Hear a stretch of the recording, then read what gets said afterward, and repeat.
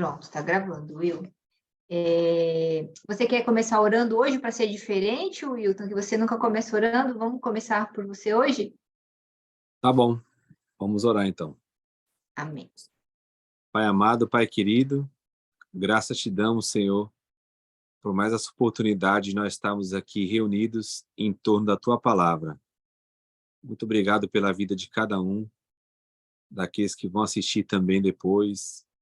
Muito obrigado, Senhor, por esse privilégio de nós nos reunirmos. Eu venho pedir que o Senhor agora venha nos iluminar, o Senhor venha nos trazer a Tua Palavra, Senhor. O Senhor venha se comunicar conosco através do Teu Espírito Santo e que essa palavra possa conquistar o nosso coração. Nós somos totalmente dependentes de Ti, Senhor. Nós confiamos em Ti, agradecemos o Senhor. Muito obrigado, Pai, em nome do Senhor Jesus. Amém. Amém. Graças a Deus. Bom, Will, hoje o tema é Mateus 25, do 31 ao 46. Então, você pode começar a explanar e depois os irmãos fazem os questionamentos, colocam suas ideias aí, tá bom? Tá bom. Então, boa noite, a graça e a paz.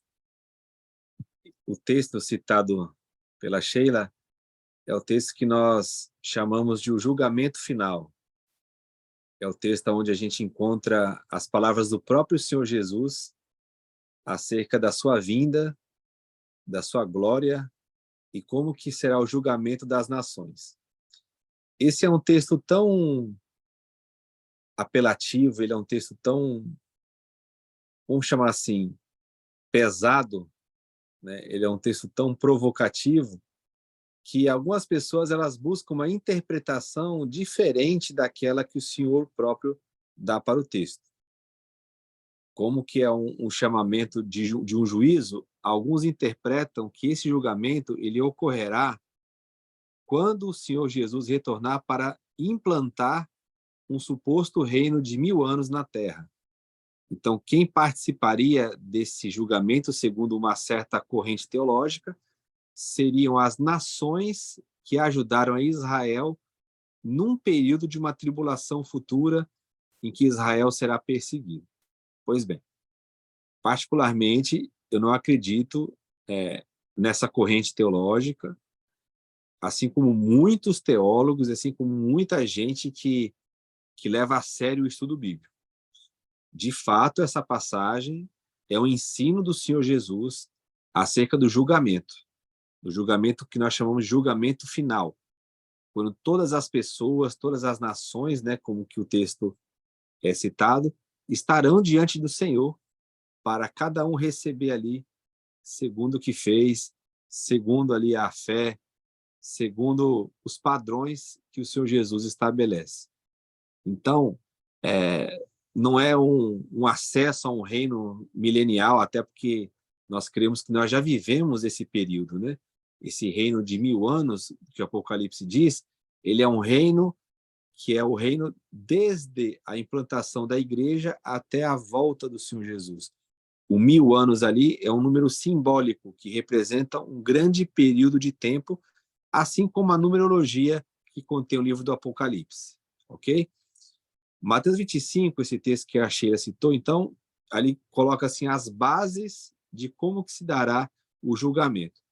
E o que nos chama a atenção é que o julgamento final, ele não conta com padrões doutrinários, ele não conta com grandes feitos religiosos, ele não conta com aquilo que muita gente hoje valoriza como sendo um aspecto especial ou importante da salvação. Ali não é questionado se a pessoa acreditava em Deus da forma como ela acredita em Deus. Ali não é questionado se ela valorizava o estudo bíblico. Ali não é questionado se ela tinha uma vida profunda na oração, né? Não se pergunta ali se ela acreditava ou não na contemporaneidade dos dons espirituais, se ela fazia parte de uma denominação ou de uma organização religiosa. Eu não estou aqui desprezando tudo isso que eu acabei de falar. Eu só estou dizendo que o texto ali ele não aborda isso. O padrão de julgamento que o Senhor Jesus ele traz ali é um padrão que ele está vinculado à nossa atividade, às nossas ações, à nossa compreensão do bem, de fazer o bem ao próximo. Por quê? Porque Jesus disse que quando ele comparecer para julgar as nações, ele vai trabalhar como que nós, individualmente, nós agimos com relação ao próximo. E o texto ele causa um certo espanto, porque todos aqueles que são interrogados ali, todos aqueles que comparecem perante esse julgamento, eles ficam surpresos com as perguntas que Jesus faz. Talvez a gente imaginasse, né, que num julgamento final fosse ali expostos num telão virtual, num ambiente ali, todas as nossas obras, tudo aquilo que a gente fez, e fosse feita uma ponderação, né? Alguns imaginam que haveria uma grande balança celestial, onde de um lado estariam as boas obras e do outro lado os pecados. E aí faria um balanceamento para ver se a pessoa passava no critério ou não. Mas nada disso é colocado. O espanto é que quando o Senhor Jesus ele comparece ali diante daquelas pessoas para que ele tome delas as informações necessárias, ele o faz numa perspectiva de cumprimento da lei de Deus no próximo, que é aquilo que a gente já vem tratando aqui há algum tempo nesse grupo de Jesus, que hoje nós chegamos na lição de número 29, né? Já são 29 passos dessa dinâmica de Jesus. Então, o Senhor Jesus ele chega ali e ele pergunta para aquelas pessoas como que se deu a relação daquelas pessoas para com ele. E ele diz que ele teve fome, teve sede, ele esteve nu, esteve descalço, né? Ele se coloca numa posição mendicante, ele se coloca numa posição muito inferior, né? Você vê que é um Deus que julga, mas no seu julgamento ele se apresenta como aquele que é o necessitado. Ele fala assim: eu tive fome, eu tive sede, eu tive, vamos botar assim numa linguagem mais atual, né? Eu tive necessidades, eu estive doente, eu estive preso. Então ele coloca-se como um Deus necessitado. Isso é muito incrível, porque a nossa imagem de um juiz é alguém que é todo poderoso, é alguém que está ali com todos os instrumentos, com toda a avaliação para executar o seu juízo, para declarar o resultado do julgamento. Mas quando Jesus se apresenta diante dessas pessoas, que estão ali apresentadas diante dele, ele se coloca numa posição muito inferior, né? Ele fala que ele teve necessidades.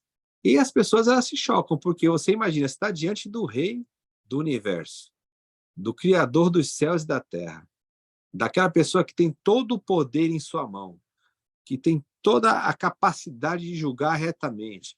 O que você espera? Um ambiente onde você só vai comparecer, você vai inclinar sua cabeça, onde você vai ter vergonha, onde você vai comparecer diante de um ser que você não tem a mínima chance diante dele. Mas ele não, ele se coloca ali não como esse juiz totalmente autoritário, mas como alguém que teve necessidade. E aí o espanto é geral. O espanto é tanto daqueles que vão herdar a vida eterna, como daqueles que vão herdar o juízo e a vergonha eterna. Porque essas pessoas fazem a mesma pergunta para Jesus. O interessante é isso. O espanto é tão grande que tanto aqueles que serão justificados como aqueles que serão condenados, eles fazem as mesmas perguntas para Jesus. Eles perguntam para Jesus: quando é que nós te vimos com fome? Quando é que nós te vimos com sede? Quando é que o Senhor esteve nu e nós te vestimos? Quando é que o Senhor esteve preso e a gente te visitou? E aí você pode acrescentar, né? O texto ele permite isso porque são questões ligadas à humanidade. E aí Jesus começa a dizer que quando essas pessoas fizeram ou deixaram de fazer para algum dos pequeninos, para os irmãos de Jesus, para aqueles que são seus servos, para aqueles que são os pobres, fizeram para ele. Então, olha que interessante. No Evangelho segundo Mateus, que é o evangelho que tem essa passagem, a gente pode encontrar Jesus no início do evangelho, no meio e no final. No início do evangelho, você vai ver que ali o nome dele é apresentado ali pelo anjo, né, como Jesus, porque ele salvará o seu povo dos seus pecados. Mas ele também apresenta Jesus como o Emanuel, que significa o Deus conosco. Então, isso é o início do Evangelho. Mateus capítulo 1, a partir do versículo 21. Deus conosco. Então, Jesus ele já nasce sendo o Deus conosco. No meio do Evangelho, que é em Mateus capítulo 18, se fala acerca da comunidade. E ali, quando você vai testemunhar algo, é preciso o quê? 2 testemunhas. Então, Jesus diz que, havendo ali uma reunião no nome dele, quando 2 ou 3 estiverem reunidos no nome dele, ele estará ali no meio. Então, veja, o nome dele é Deus conosco, ele está no meio. Mateus 18, ele está no meio da comunidade, quando existe a concordância de 2 ou mais, ele está ali no meio, ele participa de tudo aquilo que a comunidade faz. E no final do Evangelho, no capítulo 28, quando existe ali a comissão para ensinar as nações, para discipular as nações, Jesus disse que ele estaria conosco todos os dias até a consumação dos séculos. Então você tem o Deus conosco no início, no meio e no final do Evangelho. Só que o mais incrível é essa passagem que nós lemos. Onde que você encontra, então, Jesus na realidade? Eu estou falando de um Deus que se encarnou. Então a gente coloca lá, no início, quando ele nasceu, no meio, quando ele fala que ele está na comunidade, mas ele agora morreu e ressuscitou, e ele fala que ele estaria conosco todos os dias. É claro que nós sempre enxergamos também que ele está conosco por meio do seu Espírito. Ele vai e envia o Consolador, para que nós não fiquemos órfãos. Mas aonde que a gente enxerga essa vida do Senhor?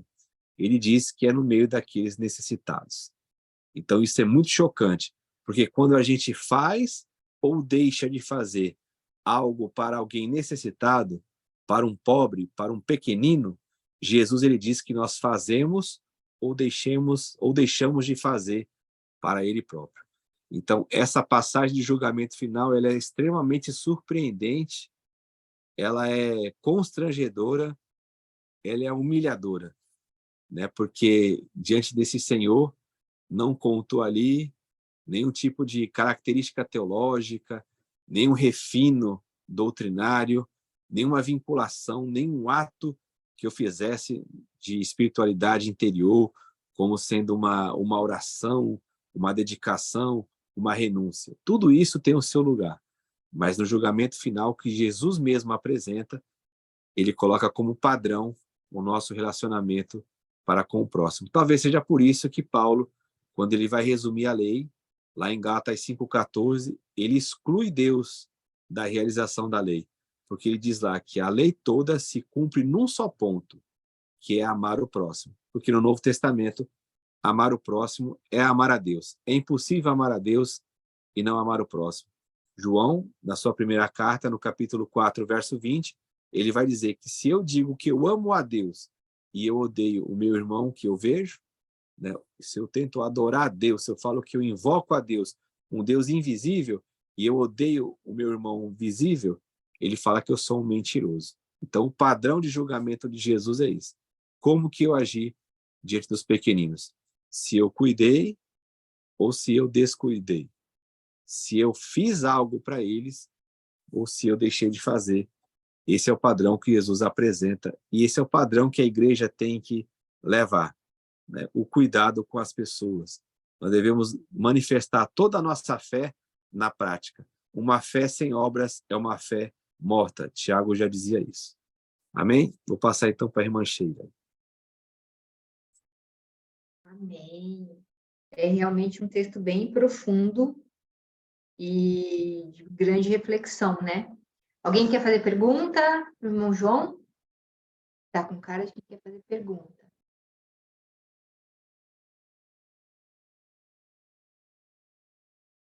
Não. O áudio está desligado. A irmã Jacira quer fazer pergunta? Quero sim. O pastor Wilton, esse julgamento do 31 ao 46, eu senti é como o senhor explicou aí, ele é muito diferente do julgamento do Apocalipse, Então, aqui não fala, parece, para dar a entender que é com vivos, com pessoas vivas, que haverá esse julgamento. É como se fosse um julgamento. Uma plataforma de lançamento automático. Hã? Nem conseguiu pegar a candidato. É assim, irmã Jacira, o Porque não Apocalipse, tem- sim, é assim. A tradição do Apocalipse, ela é uma tradição que ela aborda os termos de forma hiperbólica, né? A apocalíptica judaica, ela coloca todas essas questões relacionadas a Deus sempre naquele contexto aonde vai ter o quê? Um conflito, um confronto. Então, assim, o juízo do trono branco, como é apresentado no Apocalipse, ele vem de informações lá de trás. Pode comparar com o texto de Daniel e com outros escritos que eram tidos como comuns da época, ok? Esses outros escritos, eles não entraram na Bíblia. Então, quando você pega a característica desse escrito, ele não está em contradição com aquilo que Jesus disse. Ele acentua, ele coloca um colorido maior, porque era a forma como eles escreviam, ok? Dentro dessa característica de escrito, dentro dessa estrutura que o Apocalipse possui. O Evangelho, segundo Mateus, ele é um outro tipo de escrito, porém, ele trabalha também essas questões. Se nós juntarmos o que está em Mateus capítulo 25, com aquilo que está lá em Apocalipse capítulo 20, a partir do verso 10, com relação ao julgamento, nós vamos encontrar ali pontos convergentes. O que é o ponto convergente? Lá em Apocalipse diz que os livros são abertos e as obras das pessoas, elas são colocadas ali. Só que ele vai dizer que o inferno, como local dos mortos, o mar, toda essa dimensão, ela dará aos seus mortos, que na verdade eles não estão mortos, porque eles estão vivos. Tanto é que eles vão comparecer diante do Senhor. Quando se fala que eles vão dar aos seus mortos, o que quer dizer? É que ninguém vai deixar de comparecer diante de Deus, tanto os vivos como os mortos. A senhora bem coloca que dá a impressão em Mateus que seria um julgamento para com as pessoas que estivessem vivas mediante a vinda do Senhor. Mas se nós combinarmos com os outros textos bíblicos, essa informação é tanto os mortos, os que morreram antes da vinda do Senhor, como aqueles que estiverem vivos por ocasião da vinda, todos estes serão julgados. Isso é o que a Bíblia coloca. Havia uma crença também na época que somente os que estivessem vivos participariam do reino, por ocasião da vinda do Senhor. Por isso que causava uma certa tristeza em algumas comunidades. Como que a gente sabe disso? Se a gente observar a primeira carta de Paulo aos Tessalonicenses, lá Paulo vai dizer no capítulo 4, a partir do verso 13, que ele não quer que aqueles irmãos sejam ignorantes acerca daqueles que já dormem, ou seja, acerca dos que morreram. Por quê? Paulo não quer que eles percam a esperança como os demais. Quem são os demais? São, claro, aqueles que não têm a esperança, aqueles que não são cristãos. Porque havia a crença que era a seguinte: a pessoa morreu, acabou. Então, o que aconteceu na comunidade? As pessoas estão morrendo, meus parentes, meus filhos, mãe, pai. O que a pessoa falava? Ela ficava triste. Por quê? Poxa, essa pessoa morreu e Jesus não voltou. E se eu morrer, eu também não vou participar? Então, eles tinham essas questões com eles. Aí Paulo vai escrever para falar para eles não perderem a esperança, para eles não ficarem tristes. Por quê? Os que morreram em Cristo, eles vão ressuscitar primeiro. E depois nós, os que estivermos vivos por ocasião da vinda do Senhor, aí nós vamos ser separados, arrebatados. Então, é uma coisa que ela ocorre nessas duas dimensões. Aqueles que morreram e aqueles que estarão vivos. Então, mesmo que o texto de Mateus ele aborde mais categoricamente, não estou dizendo que é isso, mas vamos considerar que seja as pessoas que estiverem vivas por ocasião da vinda do Senhor, Os outros textos auxiliares, eles ajudam a entender que essa dimensão de juízo ela vai alcançar toda a humanidade, tanto aqueles que já morreram, como aqueles que estiverem vivos por ocasião da vinda do Senhor.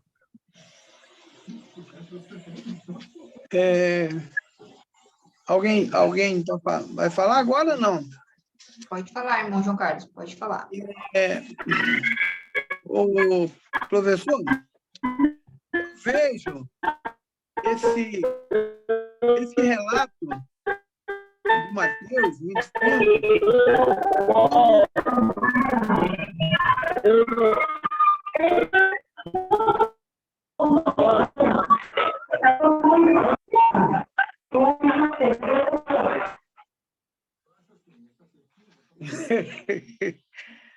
Alô? Posso? Oi, pode falar. É que está dando interferência, eu acho. Eu vejo esse relato de Mateus como uma crônica. O autor narrando o que ele pensa que vai acontecer e que como Jesus vai agir, né, nesses momentos. Então, ele fala do Filho do Homem. Né? Jesus nunca se pronunciou como Filho do Homem. Então, ele coloca Jesus como Filho do Homem. Quer dizer, ele coloca como um ser mortal, um ser humano, não um Deus. E aí ele faz um relato, ele porá a ovelha, aí ele porá a ovelha de lá, como o cabrito. Então, eu vejo como uma crônica, ele falando do que Jesus vai fazer. Por outro lado, aí chega no versículo 24, ele fala assim, colocará, bendito o meu Pai, então dirá o rei aos que estiverem à sua direita, vinde, bendito do meu Pai, entrai na posse do reino que vos está preparado desde a fundação do mundo. Quer dizer, eu ainda não estava lá. E esse reino já estava preparado para mim, a fundação do mundo. Então, dá uma ideia de predestinação. Né? Dá a ideia de predestinação. E aí ele coloca Jesus como um Deus, que vai castigar as pessoas. Aí eu vou lá no último versículo, diz assim, então estes para o castigo eterno, porém o justo para a vida eterna. Né? Quem será o justo até que essas coisas acontecem? Eu, talvez, estarei fora dessa categoria de justo. Então, eu vou para o fogo eterno, e aí Jesus aparece como um vingador, né? Como o que vai... eu posso estar equivocado, mas eu vejo esse relato de Mateus como uma crônica, ele analisando ou sonhando que Jesus fará assim. Eu não sei se eu estou equivocado. É uma possibilidade teológica, né? Esse texto, desde Mateus 24, ele trabalha assim com essa linguagem, como eu disse, dentro daquela apocalíptica judaica. Não é um evangelho todo sobre isso, mas desde Mateus 24, você já vê que existem ali elementos de juízo, de julgamento, né? Que colocam sempre esses pontos, os justos e os injustos, luz e trevas. Então, sempre vai haver essa dualidade. A expressão filho do homem, ela é muito interessante porque você encontra ela no Antigo Testamento, ou Primeiro Testamento, vinculado ali com aqueles homens que eram homens de Deus, mas que falavam pelo Espírito de Deus. Mas no próprio livro de Daniel, essa expressão, né, o ancião de dias, o filho do homem, ela assume todo um caráter de julgamento, um caráter de um ser que, embora ele seja chamado de filho do homem, ele tem prerrogativas divinas, né, para fazer todo tipo de julgamento, porque ele recebe toda essa incumbência do Deus, que no Novo Testamento nós vamos chamar do Pai Celestial. O que nós temos que entender sobre justos, que é uma outra questão interessante. O Evangelho segundo Mateus, de fato, ele é o Evangelho da justiça.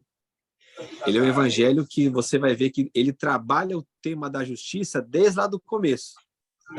Então, o que a gente pode pegar como um texto que é bem conhecido e ele é chave de leitura, né? É tanto Mateus 5:20, quando fala assim, se a vossa justiça não exceder a justiça dos fariseus, de maneira alguma vocês vão entrar no reino dos céus. Então, para Jesus, no discurso do Sermão do Monte, a justiça, que é a justiça que nos considera aptos a entrar no reino de Deus, é uma justiça que ela extrapola, que ela vai além daquela justiça que era os fariseus, que era uma justiça cega, que era uma justiça onde colocava a palavra sem considerar as questões do coração, sem considerar a face interna. Tanto é que o Sermão do Monte, Jesus sempre vai exceder. Lá em Mateus 5:20, ele fala sobre o exceder e daqui a pouco ele vai só exceder. Ouviste o que foi dito, eu, porém, vos digo. Então, essa é a justiça. Que culmina onde? Mateus 6:33. Buscar o reino de Deus, né, em primeiro lugar, e a sua justiça. E todas estas coisas vos serão acrescentadas. Então, essa justiça do Evangelho de Mateus, ela é o fundamento desse Evangelho. Ele é o Evangelho da justiça. É uma justiça que vem de Deus, né? Uma justiça que coloca como fundamento, como valores, aquilo que era desprezado na sociedade. Então, esses justos, eles contam com o quê? Com o apoio de Deus. Eles não estão praticando a justiça de acordo com o padrão religioso. Você vai ver lá em Mateus 23, por exemplo, Jesus ele destruindo ali em argumentos aquela justiça farisaica, aquela justiça dos fariseus, aquela justiça que às vezes ensinava de maneira correta, mas na prática não tinha fundamentação, né? O que as pessoas chamam de ortodoxia e ortopraxia. Tem que ter o ensino certo e a vida certa. Então, justiça, esses que vão ser considerados como justos, são aqueles que contam com Jesus, que procuram seguir no caminho de Jesus e não apenas ter um discurso religioso que não se comprova na prática. Por isso que é citado esse exemplo do julgamento de Jesus, ele chamar como testemunhas as obras que são feitas diante dos mais necessitados. Amém, amém. Alguém tem mais alguma pergunta? Will, deixa eu te fazer um questionamento aqui, trazendo para os dias de hoje. Como alguns comentaram aqui, às vezes isso parece uma coisa meio apocalíptica, né? Ou outra vez não, depende da linha de raciocínio, da linha teológica, né? Mas eu acho que isso também pode ser trazido para os dias de hoje, não? É aquela coisa de a gente ajudar o próximo, ajudar os pequeninos, né? Aquelas pessoas que estão em situações delicadas até, né? Mendigando por aí, por exemplo. Mas hoje nós vemos muito uma situação que é a questão do quão as pessoas, às vezes, se aproveitam de situações delicadas ou pegar a gente pelo coração, pela emoção, para se beneficiar, né? Que a gente sabe que tem muita gente que se finge de pedinte, de que tem uma doença, e é mentira. Como que a gente lida com isso, né? Assim, nesse mundo de desconfiança, vamos dizer assim, né? Alguém vem te perguntar as horas, você já acha que vai te assaltar, principalmente aqui em São Paulo, no Rio, nas grandes capitais, não é assim? Então, também, às vezes, alguém te pede um dinheiro. Eu anteontem, por exemplo, eu estava no metrô, vindo da Consolação aqui para minha casa, e entrou um rapaz com a criancinha bem miudinha. E aí ele falou assim, essa aqui é minha filha, Maitê, eu estou pedindo dinheiro para comprar o leite dela, porque ela nasceu prematura de 6 meses, e aí ficou não sei quantos dias na UTI, e ela toma leite especial, não sei o quê. Assim, é de cortar o coração que você vê uma criança minúscula, era bem miudinha mesmo, no colo dele, mas você se pergunta até que ponto aquilo é verdade, que você começa a analisar pelos olhos carnais, não parece verdade, sabe? Assim, tem aquela coisa do usuário de droga, ou tem gente que se aproveita que tem filho e usa o filho para pedir. E aí você fica naquela assim, Jesus, ajudo, não ajudo, ajudo, não ajudo. Porque também acho que você ajudar por obrigação, você não está fazendo de coração, não está fazendo por amor ao próximo, né? Então, assim, Uhum. como se aplicar isso no mundo de hoje? Porque muitas vezes a gente deixa de ajudar, e eu vou dizer se a gente, eu, por exemplo, porque eu falo, acho que não é verdade, não. Finge que nem é comigo, sabe? Mas pode ser que seja verdade, eu esteja cometendo um erro. Mas somos humanos, somos falhos, né? E, enfim, essa é a minha colocação. Como trazer isso para o mundo de hoje, onde há tanta hipocrisia, tantas pessoas se aproveitando da bondade alheia? Sim. É assim, tem uma expressão que fala, nós não devemos, nós devemos valorizar o uso, mesmo havendo abuso. Então, nós não devemos deixar de ter o uso em função do abuso. Existe o abuso? Existe. Mas a Bíblia, ela fala para a gente não nos desviarmos daquelas pessoas que pedirem para nós. O seu ato de dar, né, você pegou uma situação que você não sabe, é diferente da situação que você vê, que você sabe que é um engano. Você não vai ceder ao engano, porque você já sabe aquela situação, e se você cedeu ao engano, você está colaborando com o engano. Então, tem pessoas que estão toda hora lhe pedindo, ela usa de má fé, e você já sabe que aquela pessoa não é necessitada. Então, ela não deve receber nenhum tipo de ajuda. Agora, chega no ponto da dúvida. Se eu não sei, eu tenho que partir para aquele conceito da palavra de Deus. A Bíblia fala para nós não esquivarmos daquelas pessoas que vêm nos pedir ajuda. Por quê? Porque mais bem-aventurada a coisa é dar do que receber. Eu sei que você sabe disso, você é uma pessoa que ajuda muitas pessoas. Então, assim, a Bíblia fala para a gente dar. Por quê? Não irá fazer falta para você. E se essa pessoa que usou uma criança, por exemplo, ela está de mentira ali, se ela está pegando dinheiro, o justo juiz, ele irá julgá-lo. Um dia ele vai dar conta a Deus. Então, o nosso papel é esse. Eu não sei se eu tenho a condição e aquela pessoa está me pedindo, ela pode até estar no engano, ela pode até me fazer, entre aspas, de bobo, mas na realidade não estou sendo bobo. Por quê? Eu estou cumprindo o mandamento. Agora, se eu sei que aquilo é uma mentira, aí eu devo confrontar aquela situação com a verdade. Como já acontece caso a pessoa vir com o mesmo argumento e você sabe, fala, não, você na semana passada falou a mesma coisa. Aí a pessoa fica sem graça, né? Ah, me desculpa, tal. Isso é uma coisa. Agora, esses casos que a gente não sabe e a gente podendo ajudar, a gente deve ajudar sim, mesmo que a pessoa esteja de engano, e aí você vai deixar ela diante do Senhor que julga todas as coisas. Amém. Agora eu lembrei de uma situação, né, que a gente que vem de aeroporto, no aeroporto acontecia muito de ter aquelas pessoas que estão lá todos os dias pedindo dinheiro com a mesma desculpa, né, com a mesma história. Exato. Eu cheguei de viagem, tinha até um casal que eles tinham um filho de tipo 8, 10 anos, já uma criança que entende das coisas. Aí você fala, gente, olha o que o pai está ensinando para essa criança, né, a ser mentiroso, a se aproveitar da bondade alheia, né? Mas, enfim, e aí tem também aquela outra questão, que às vezes a pessoa te pede dinheiro, você vê que ela está com fome, mas você dá o dinheiro, mas você sabe assim que ela tem um problema muito maior por trás, né? Que às vezes é a droga. Isso. Então você dá aquele dinheiro, mas você fala assim, Senhor, que ele se alimente com isso, porque às vezes você sabe que ele está com fome mesmo, mas o vício é maior, ele vai pegar aquele dinheiro e vai usar com droga, né? Então, às vezes também a gente fica até com medo de dar com receita, porque sabe disso, tipo, estou alimentando o vício da pessoa.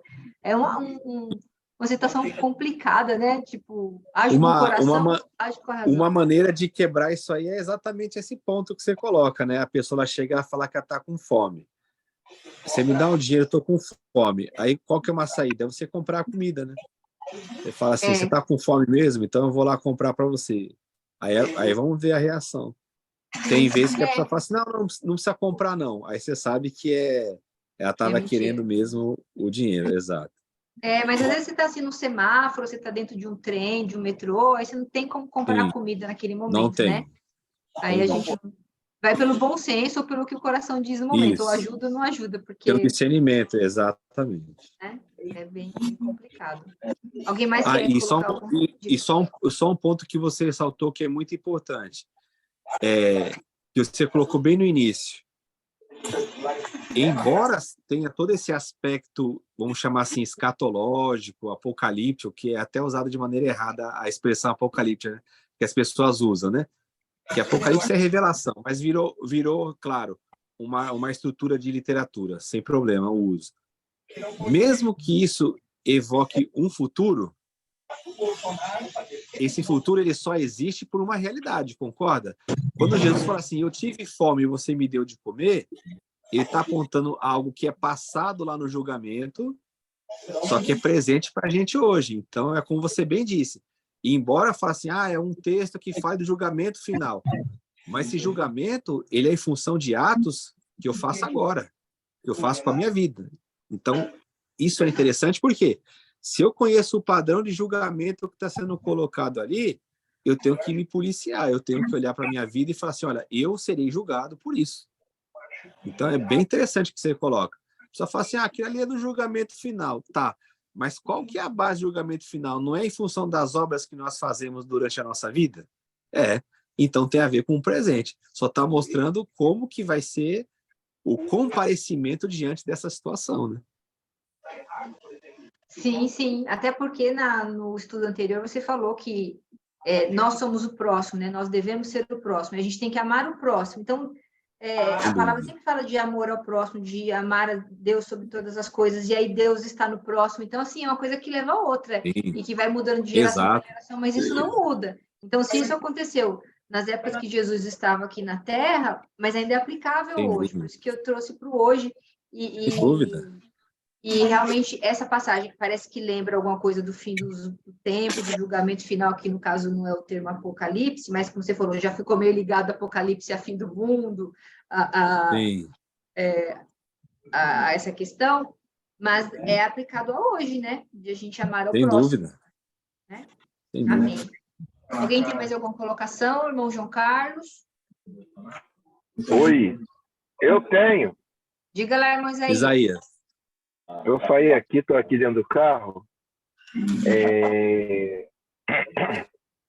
que acontece, Wilton? Esse texto aí é um texto muito interessante. Desliga aí, irmão, o microfone do João Carlos. Isso, pronto. Esse texto é muito instigante, esse texto. Eu queria fazer uma pergunta para o professor. Esse texto, você não vê em nenhum momento placa, denominação, formalidades.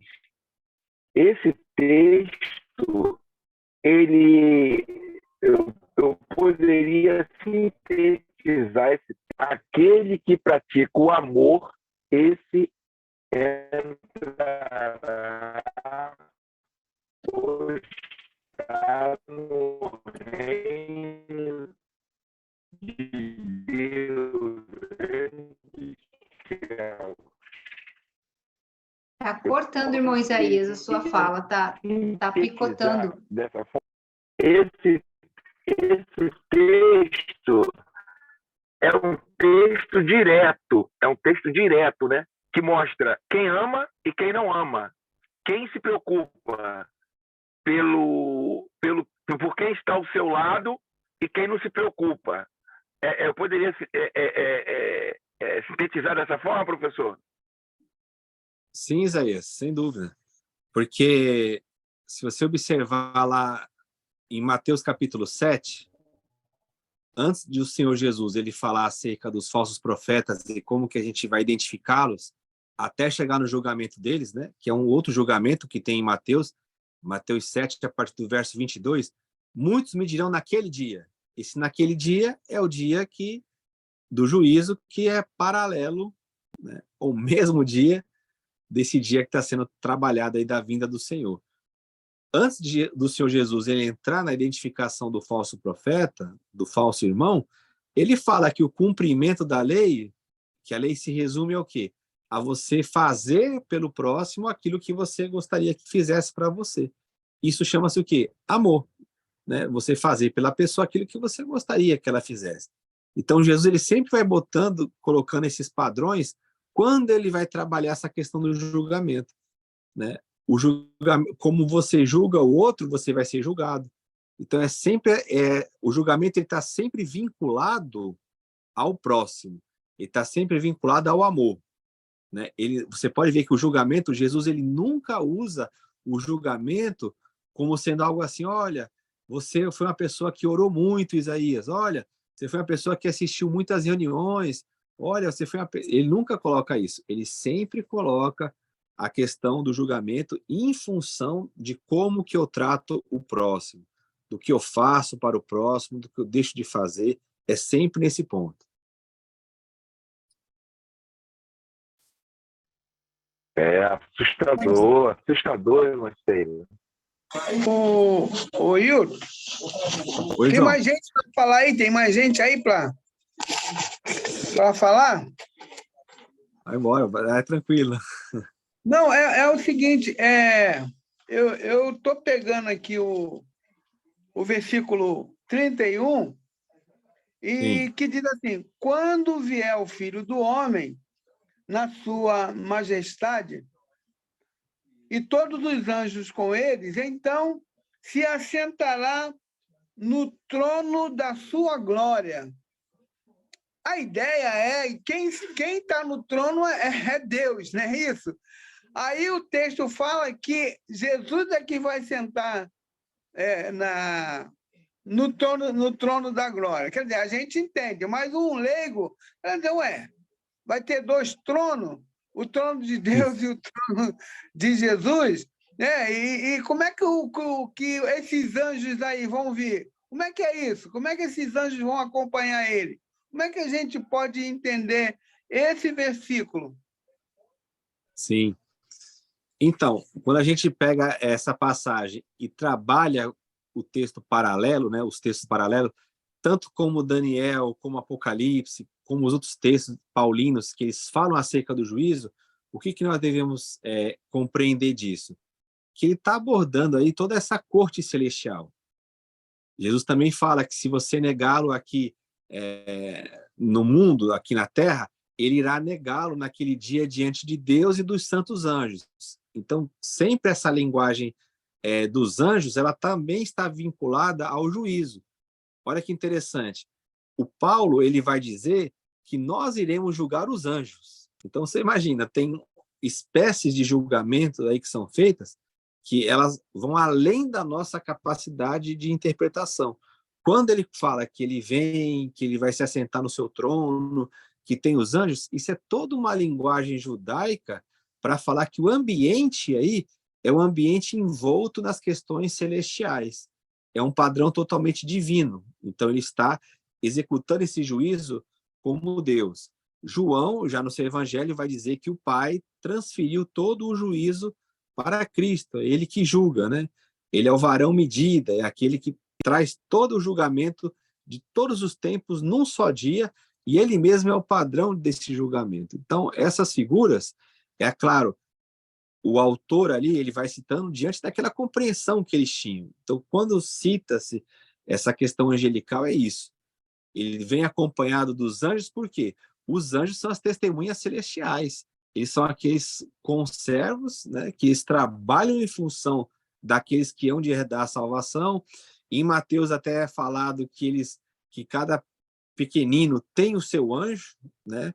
E Jesus fala sobre isso, entre o conceito aí de anjo da guarda ou não, é uma outra questão, mas ele fala que os pequeninos, eles têm o seu anjo lá no céu. Então, quando ele fala de julgamento, quando a gente usa isso aí, é que os anjos, eles são as testemunhas. E se de fato, na comunidade de Mateus, eles entendiam que os pequeninos, cada um tinha lá o seu anjo que assistia diante de Deus, esses anjos, eles vão ser os acusadores também naquele momento. Por quê? Se o pequenino ele não foi ajudado, se o pequenino ele foi desprezado, esse anjo vai estar lá como uma testemunha. Se o pequenino ele foi ajudado, ele também vai estar como uma testemunha.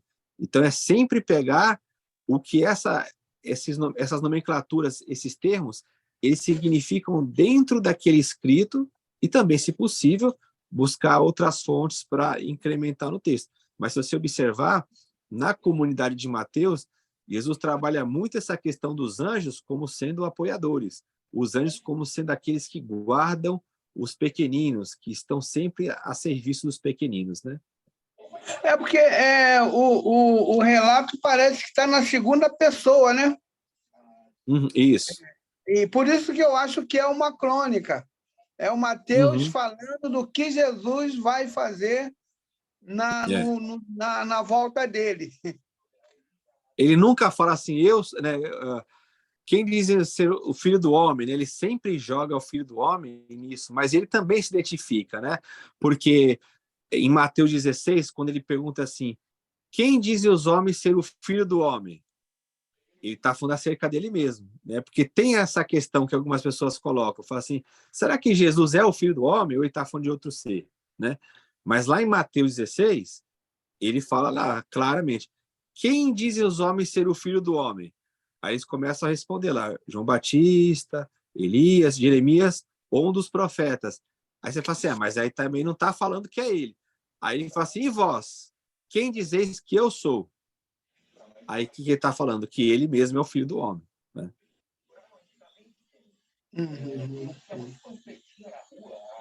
Amém. Irmão Isaías, quer falar alguma coisa? Não, estou satisfeito. Então tá bom. Irmã Jacira? Bem, Não quer falar alguma coisa? não, filha. Ah, então tá bom.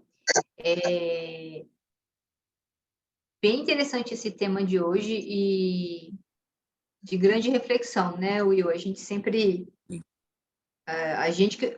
quando eu falo a gente, são leigos como eu, né? Interpretamos a Bíblia ou lemos a Bíblia e não analisamos essas entrelinhas, essas nuances que você traz para a gente sempre é bem...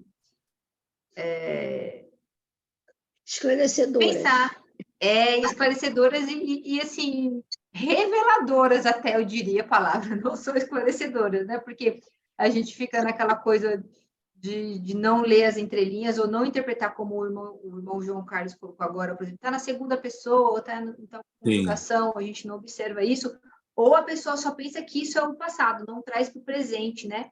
Mas uma vez o Wilton me falou uma coisa que eu decorei para a vida. A Bíblia é o jornal do dia. E isso aqui é um grande exemplo de que é uma notícia do dia, amanhã vai ser a notícia do dia, daqui um mês vai ser a notícia do dia, né? Porque realmente a Bíblia é o jornal do dia. E cada vez eu pego uma situação, me lembro dessa sua frase, Wilton, que você me falou, acho que tem 5 anos. Nunca mais eu esqueci. Bem coisa para quem está assim, café com leite no aprendizado bíblico. A Bíblia é o jornal do dia. Amém. Então, tá bom, gente. Ninguém tem mais nenhuma dúvida? Tem a questão, né, Che, que a irmã Jacira faz aquela leitura das orações do material. Ah, sim, mas antes da irmã Jacira fazer a leitura das orações, que até está aqui na minha tela do computador, eu vou falar do momento ofertório, como diz o irmão Isaías, né, o momento da oferta. Para quem está nos assistindo, depois que a gente vai colocar no YouTube, o irmão Isaías vai colocar no YouTube, o irmão Wilton, ele leciona, leva a palavra de Deus de forma assim esclarecedora, reveladora, sem ser profecia, é a base da palavra mesmo, de forma linda, simples e muito acessível, tanto com a linguagem como com a forma que ele explica. E ele não ganha nada por isso, né? Nós que ganhamos sempre, que é o conhecimento e mais conhecimento, sentir Jesus cada vez mais próximos de nós, ou melhor, nós próximos dele, porque ele está sempre próximo de nós, de uma forma muito linda e muito doce, muito suave, com muito amor. E a gente ajuda o irmão Wilton, porque ele é o nosso próximo, que está sempre próximo, trazendo a palavra, fazendo o Pix na conta dele, que é do Banco do Brasil. Eu vou falar aqui o CPF dele, quem quiser colaborar, anote, por favor. CPF 285-753-39850. Wilton José Chine, com CH. Bom? Então, quem quiser ajudá-lo, está aí. Com certeza, Deus vai abençoar a pessoa que ajudar grandemente. Mas se não puder ajudar também, não tem problema. Tá? Amém. E agora, irmã Jacira vai fazer a leitura da oração, irmã Jacira, por favor. Tá. Deixa eu ver, já tá aberto. Ó, a primeira é uma canção, mas eu não vou cantar, porque eu não sei cantar. Eu vou ler. Ela é de quem? É de Manzona e de Olivar. Foram eles que mandaram isso para nós, tá bem? Tá. Que escreveram isso. Então, tá aqui. Conosco está, e não o reconheceis. Conosco está, seu nome é o Senhor. Seu nome é o Senhor, e passa fome, e clama pela boca do faminto. E muitos que o veem passando ao largo, talvez para chegar logo ao templo. Seu nome é Senhor, e padece sede, e está em quem de justiça está sedento. E muitos que o veem passam ao largo, às vezes ocupados com suas rezas. Seu nome é o Senhor, e está nu.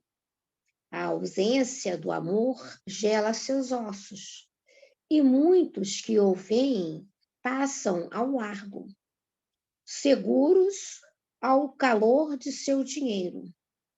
Seu nome é o Senhor, e vive enfermo, e sua agonia é do enfermo.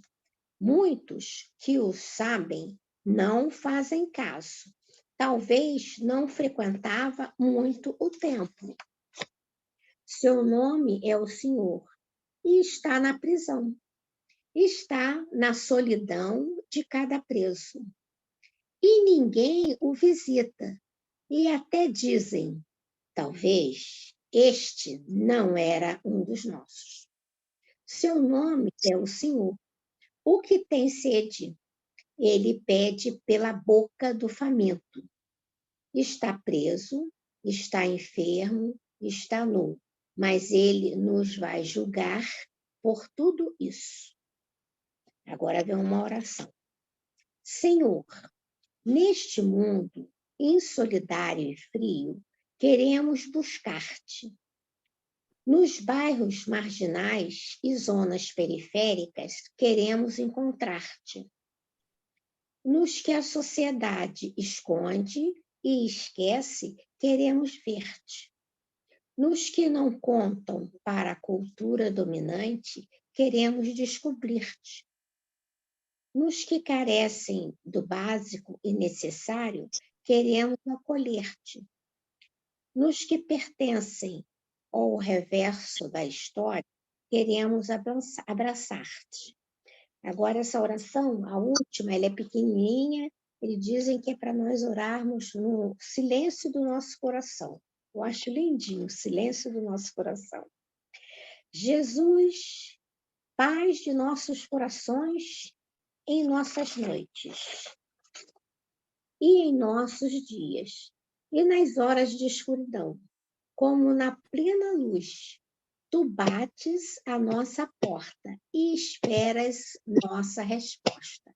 Esse aqui foi H. Roger de Taizé que escreveu. Agora vem aquela parte maravilhosa. Que Cristo Jesus seja plenamente formado em nós. Amém. Amém. Amém, amém. Obrigada, Gente, irmã Jacira. as orações Amém. esclarecem mais o tema. A primeira, então, da canção, ela esclarece direitinho. Quer dizer, Jesus fazendo um paralelo e, ao mesmo tempo, se miscuindo junto com os que estão passando necessidade mesmo. Esse Deus Exato. é maravilhoso. Não tem Deus igual. Não tem. Não tem. Não tem. E, ao mesmo tempo, ele defende, ao mesmo tempo, ele se equipara para que as pessoas, quer dizer, nem se equiparar à pessoa, ele deve sentir muita tristeza por haver ainda tantas e tantas pessoas necessitadas, tantos e tantos ricos soberbos que não querem nem olhar para a cara dos necessitados porque acham que isso vai pegar a doença contagiosa. Aí, Exato. interessante a postura desse nosso Jesus. Vou te contar, Verdade. pastor Wilton para nos ajudar a entender isso. A Amém. gente aprende um com o outro, uma maravilha. Deus te Obrigada, abençoe. meus amados. Deus Amém. abençoe. Como diria o irmão Isaías, que não está podendo falar agora, está encerrado. Nos encontramos na cantina. Tá bom, gente. Tá no começo. Para ele está ótimo. Na festinha da Netinho, que você quer mais, Sheila? Ele já está na cantina, né, irmã? Vamos encontrar ele lá. Já. O Wilton não, desculpa, o Wilton não, Isaías, está sempre em festinha.